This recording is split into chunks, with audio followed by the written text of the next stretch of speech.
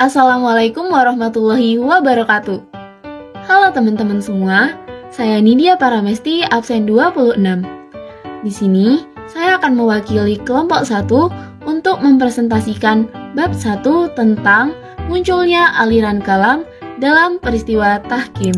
Sebelumnya izinkan saya untuk memperkenalkan anggota daripada kelompok kami. Yang pertama, ada Angelin Salsabila Maharani, nomor absen 6. Yang kedua adalah diri saya sendiri, Kalista Purnama Izati, nomor absen 9. Yang ketiga adalah Mariska Safira, nomor absen 19. Yang keempat adalah Nidia Paramesti dengan nomor urut 26. Yang kelima, Rahma Iza Akila dengan nomor urut 28. Di urutan ke-6 ada Saila Fariska dengan nomor absen 29. Nah, member terakhir nih, Zahra Janitra Kurota Ayun absen 33. Udah pada kenal kan sekarang? Nah, untuk pramateri ini akan disampaikan oleh Nidia Paramesti, dipersilahkan. Pada bab ini, kita akan belajar tentang dua hal. Yang pertama, sejarah ilmu kalam, dan yang kedua, tentang peristiwa tahkim. Sebelum kita mempelajari lebih jauh, kita pelajari dulu bagaimana ilmu kalam itu bisa terbentuk. Nah, jadi ujian umat Islam dalam menjaga persatuan dan kesatuan umat itu sudah terjadi sejak zaman Rasulullah SAW. Nah, tapi segala ujian tadi itu dapat diselesaikan pada masa Khalifah Abu Bakar Asy-Syiddiq hingga Khalifah Utsman bin Affan. Namun, pada saat pemerintahan Ali bin Abi Thalib, banyak sekali terjadi pemberontakan sehingga memicu perang, yakni Perang Jamal dan Perang Siffin, yang pada akhirnya menyebabkan munculnya beberapa aliran atau firqah. Nah, yang dikenal dengan aliran ilmu kalam. Sudah ada pandangan? Baiklah, sekarang kita akan masuk pada materi yang pertama, yaitu 5 masa perkembangan akidah Islam.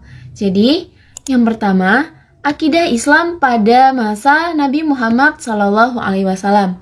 Nah, pada zaman Nabi, umat Islam itu masih dalam kesatuan yang utuh, yaitu tidak terpecah-pecah karena belum adanya aliran-aliran atau firqah di antara para umat Islam saat itu.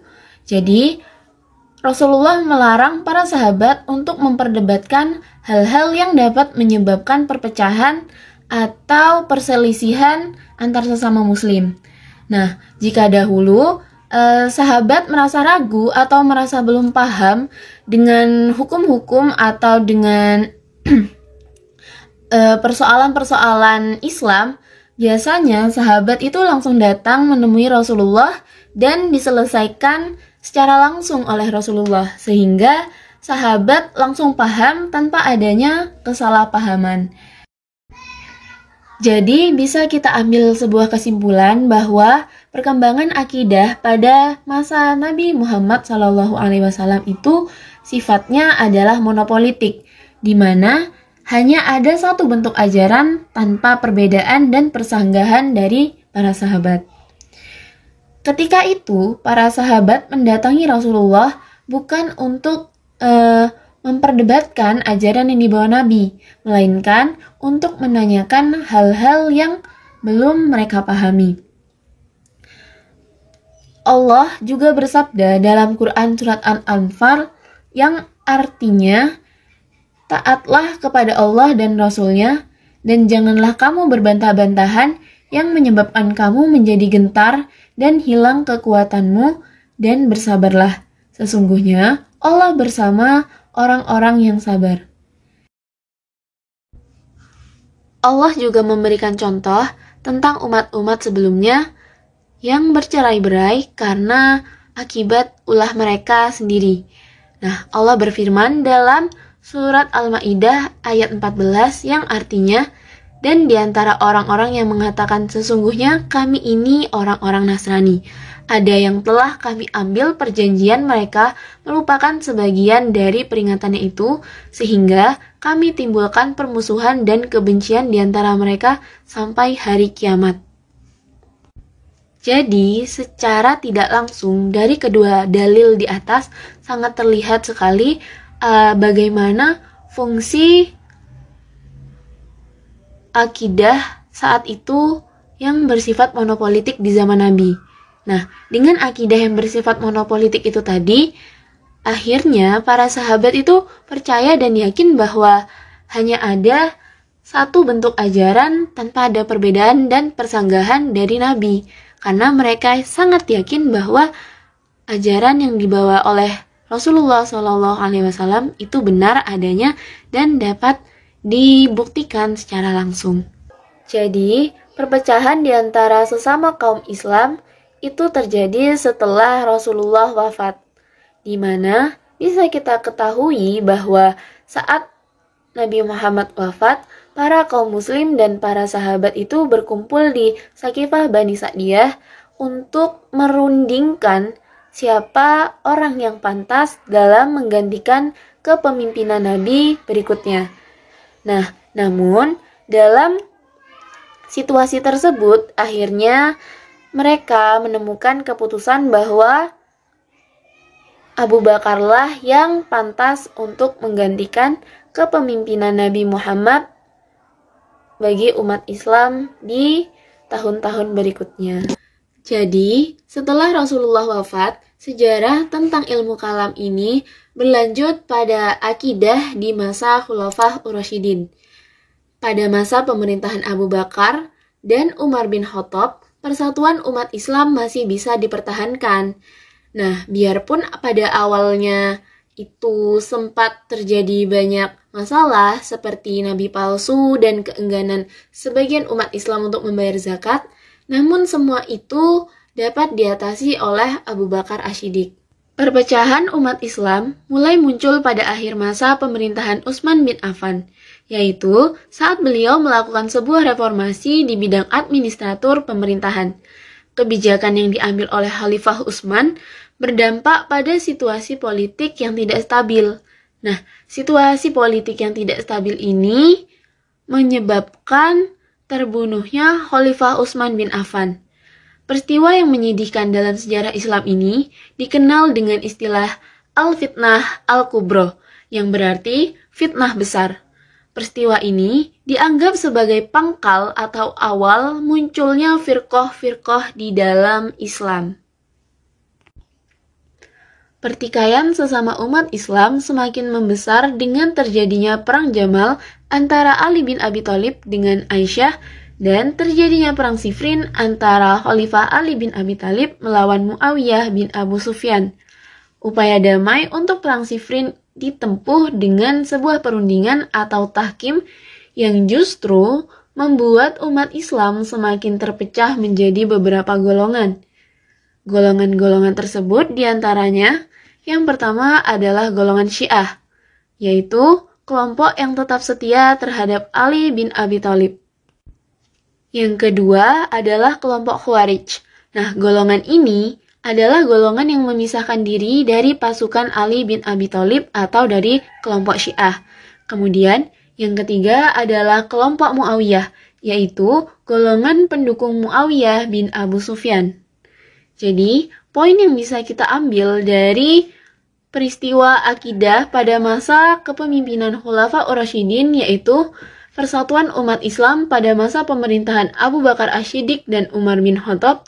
Kemudian, pangkal munculnya firqah-firqah dalam Islam pada akhir masa pemerintahan Utsman bin Affan.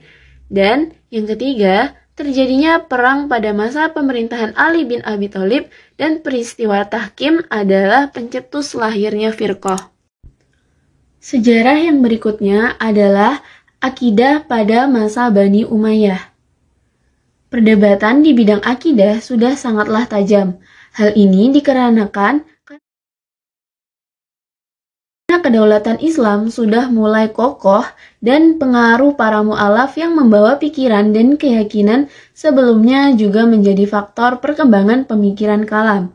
umat Islam mulai tertarik untuk mendiskusikan masalah qadar dan istita'ah. Corak pemerintahan yang represif dari beberapa khalifah Bani Umayyah menyebabkan sebagian umat Islam bersikap apatis. Mereka beranggapan bahwa apa yang selama ini dialami oleh umat Islam pada hakikatnya sudah menjadi sebuah suratan takdir. Corak pemikiran yang seperti ini sangat menguntungkan pihak pemerintahan, maka paham ini dimanfaatkan pemerintahan untuk melegitimasi segala kebijakannya. Salah satu tokoh yang memunculkan pemikiran ini adalah Jaham bin Abu Sufyan. Inilah yang kemudian dikenal dengan paham Jabariyah. Pada akhirnya, paham-paham sebelumnya memunculkan reaksi dari sebagian umat Islam yang menginginkan adanya sebuah perubahan. Mereka ingin menandingi paham Jabariyah dengan memunculkan konsep teologi baru. Tokoh-tokoh penggerak paham baru ini misalnya Ma'bad al-Juhani, Ghailan ad-Dimashqi, dan Ja'ad bin Dirham. Mereka adalah tokoh Qadariyah yang pertama. Adapun sikap dari para sahabat yang masih hidup di masa itu, misalnya Ibnu Umar, Jabir bin Abdullah, Anas bin Malik, Ibnu Abbas, dan Abu Hurairah beserta sahabat yang lain tidak mau terlibat dalam perdebatan tersebut dan bahkan menolaknya. Nah, pada masa Daulah Umayyah ini juga muncul pemikir yang cerdas yaitu Hasan al-Basri yang kemudian dijadikan rujukan oleh mayoritas umat Islam dengan pendapatnya bahwa orang mukmin yang melakukan dosa besar dipandangnya sebagai orang yang fasik, tidak keluar dari golongan mukmin. Adapun beberapa poin-poin penting yang dapat kita ambil pada pembahasan akidah pada masa Bani Umayyah. Yang pertama adalah pengaruh kedaulatan Islam dan dari para mu'alaf yang membukakan pemikiran-pemikiran baru pada masyarakat. Yang kedua, corak pemerintah represif yang menimbulkan sikap apatis kepada kaum muslim sehingga muncullah suatu paham yaitu paham Jabariyah. Yang ketiga, muncullah konsep teologi baru untuk menandingi paham Jabariyah yaitu paham Qadariyah. Yang keempat, pemahaman cerdas Hasan al-Basri menjadi sebuah rujukan bagi kaum muslim berikutnya. Pada materi berikutnya yakni akidah di masa Bani Abbasiyah. Pada masa ini, hubungan antara bangsa Arab dengan bangsa Ajam telah mencapai sebuah puncaknya, di mana komunikasi yang intens melahirkan sebuah corak pemikiran baru di dunia Islam. Gerakan penerjemahan filsafat Yunani dan Persia gencar dilakukan, sehingga terjadilah sebuah transfer ilmu pengetahuan yang berasal dari luar Islam. Corak pemikiran baru ini kemudian dikembangkan oleh para pemikir Islam dalam disiplin ilmu yang dikenal dengan ilmu kalam. Kemudian, para mutakalimin mulai menulis karya pemikiran mereka dalam bentuk kitab-kitab yang disusun secara sistematis. Misalnya, Abu Hanifah yang menulis kitab Al-Alim wal Al-Muta'alim dan kitab Al-Fiqhu Al-Akbar untuk mempertahankan akidah Ahlus Sunnah. Ada pula Imam Syafi'i yang menuliskan sebuah kitab Al-Fiqhu Al-Akbar. Antusiasme para pemikir ilmu kalam semakin berkembang pesat pada masa pemerintahan Al-Ma'mum, di mana ilmu kalam menjadi sebuah disiplin ilmu yang mandiri yang memisahkan diri dari al-fiqh fi ilmi atau ilmu hukum, yang sebelumnya masih termasuk dalam al-fiqh al-akbar. Pada masa pemerintahan Al-Ma'mun, Al-Mu'tasim, dan Al-Watsik, aliran Mu'tazilah dijadikan sebagai faham resmi kekhalifahan Bani Abbasiyah, sehingga para ulama yang berpengaruh diuji akidahnya, yang dalam sejarah dikenal dengan mihnah. Para ulama yang tidak sepaham dengan Mu'tazilah dalam hal kemakhlukan Al-Quran, maka akan dijatuhi hukuman atau bahkan dimasukkan ke dalam penjara. Akhirnya banyak umat muslim yang hilang simpatik, dan dalam keadaan ini, lalu muncullah Abu Hasan al-Sy'ari yang merupakan murid utama dari Al-Jubai al-Mu'tazili yang merupakan seorang tokoh yang mengeluarkan pemikiran garis tengah dengan menggunakan dalil-dalil nakli dan akli untuk menopang argumentasi akidahnya. Dan bersamaan dengan itu, muncullah tokoh Abu Mansur al-Maturidi yang mempunyai corak pemikiran yang sama dengan Abu Hasan al-Asy'ari. Faham akidah yang dikembangkan oleh Abu Hasan al-Asy'ari dan Abu Mansur al-Maturidi dapat tersebar luas karena beliau mempunyai murid-murid yang mampu untuk mengembangkan pemikiran gurunya. Di antara ulama yang mengembangkan pemikiran Abu Hasan al-Asy'ari adalah Abu Bakar al-Baqilani, Abu Ishaq al-Isfarayini, Imamul Haramin al-Juwaini, dan al-Ghazali. Adapun beberapa poin penting yang dapat kita ambil dari pembahasan akidah di masa Bani Abbasiyah. Yang pertama, corak pemikiran baru dari luar Islam dikembangkan oleh pemikir Islam dalam disiplin ilmu yang dikenal dengan ilmu kalam. Yang kedua, Mu'tazilah dijadikan sebagai faham resmi kekhalifahan Abbasiyah. Yang ketiga, munculnya pemikiran garis tengah atau wasatiyah. Berikutnya, kita akan mengetahui bagaimana akidah Islam sesudah Bani Abbasiyah. Pada masa ini, paham Asy'ariyah dan Maturidiyah mengalami perkembangan yang sangat pesat, sehingga menjadi sebuah paham yang mayoritas di kalangan umat Islam. Corak pemikiran yang tengah-tengah atau wasatiyah sangatlah mudah dipahami dan mampu untuk dikolaborasikan antara dalil dan pendekatan akal atau filsafat, yang menjadikan aliran tersebut dikenal dengan Ahlul Sunnah wal Jamaah, sehingga menjadi aliran yang diikuti oleh mayoritas umat Islam. Pada awal abad ke-8, di Damaskus muncullah seorang yang bernama Taqiyuddin Ibnu Taimiyah. Ia berusaha membongkar beberapa pemikiran Asy'ariyah yang dianggapnya tidak murni bersumber dari Al-Quran dan Al-Hadis. Aliran ini dikenal dengan gerakan Salafi. Adapun beberapa poin penting yang bisa kita ambil dari perkembangan akidah setelah masa Bani Abbasiyah, yaitu yang pertama, paham Asy'ariyah dan Maturidiyah mengalami perkembangan yang pesat sehingga menjadi sebuah paham mayoritas di kalangan umat Islam. Dan yang kedua, muncullah Taqiyuddin Ibnu Taimiyah yang berusaha membongkar beberapa pemikiran Asy'ariyah dan gerakannya dikenal dengan gerakan Salafi. Assalamualaikum warahmatullahi wabarakatuh. Saya, Saila Fariska Ardianti, absen 29, akan melanjutkan materi yang telah disampaikan. Peristiwa Tahkim. Peristiwa Tahkim dimulai dengan adanya pertempuran dua kekuasaan pasukan di Siffin pada bulan Safar 37 Hijriah atau 657 Masehi. Pertempuran ini disebabkan oleh peristiwa pembunuhan Utsman bin Affan. Muawiyah yang merasa representasi keluarga Utsman bin Affan mengajukan tuntutan agar Ali bin Abi Thalib memprioritaskan pengusutan pembunuhan Utsman bin Affan. Ali bin Abi Thalib sudah berupaya membongkar kasus pembunuhan Utsman, tetapi belum berhasil, sehingga Muawiyah bin Abu Sufyan tidak mau baiat kepada Ali bin Abi Thalib dan secara terang-terangan menolak kekhalifahannya. Muawiyah bin Abu Sufyan pun menjabat sebagai gubernur di Syam dan menyusun kekuatan untuk melawan kekhalifahan Ali bin Abi Thalib.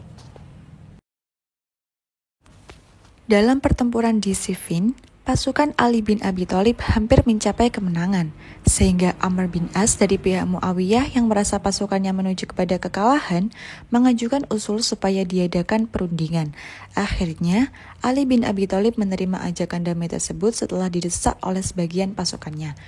Peristiwa perundingan antara pihak Ali dan pihak Muawiyah kemudian dikenal dengan sebutan Tahkim. Perundingan tersebut berlokasi di Daumatul Jandal.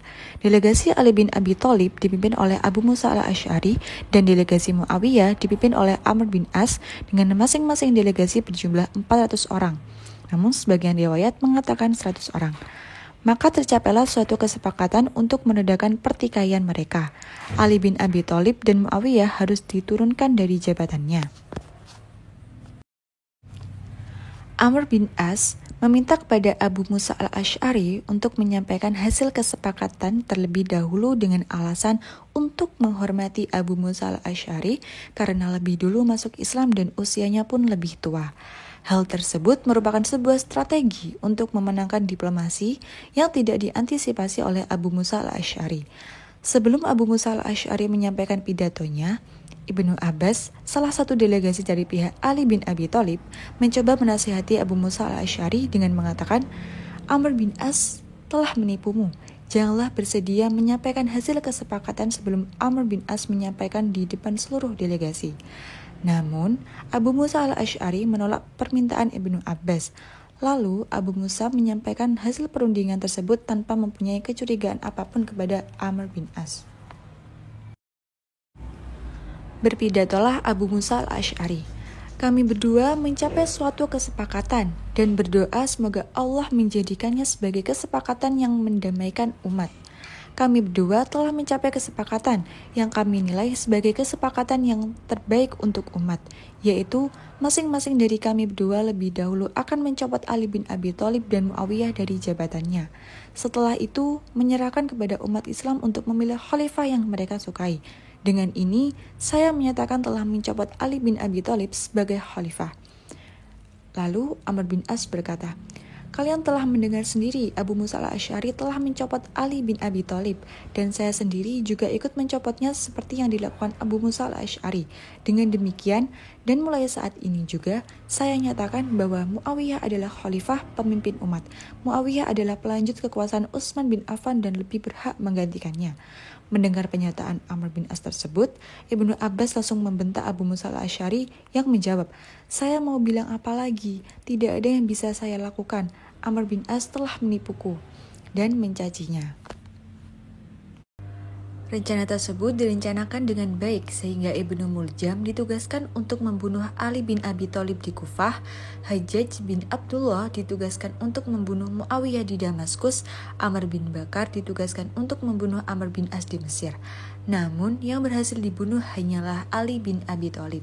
Muawiyah hanya mengalami luka-luka dan Amr bin As selamat sepenuhnya karena Amr bin As tidak datang ke masjid dan hanya berhasil membunuh Khadijah yang dikira Amr bin As karena kemiripan rupanya.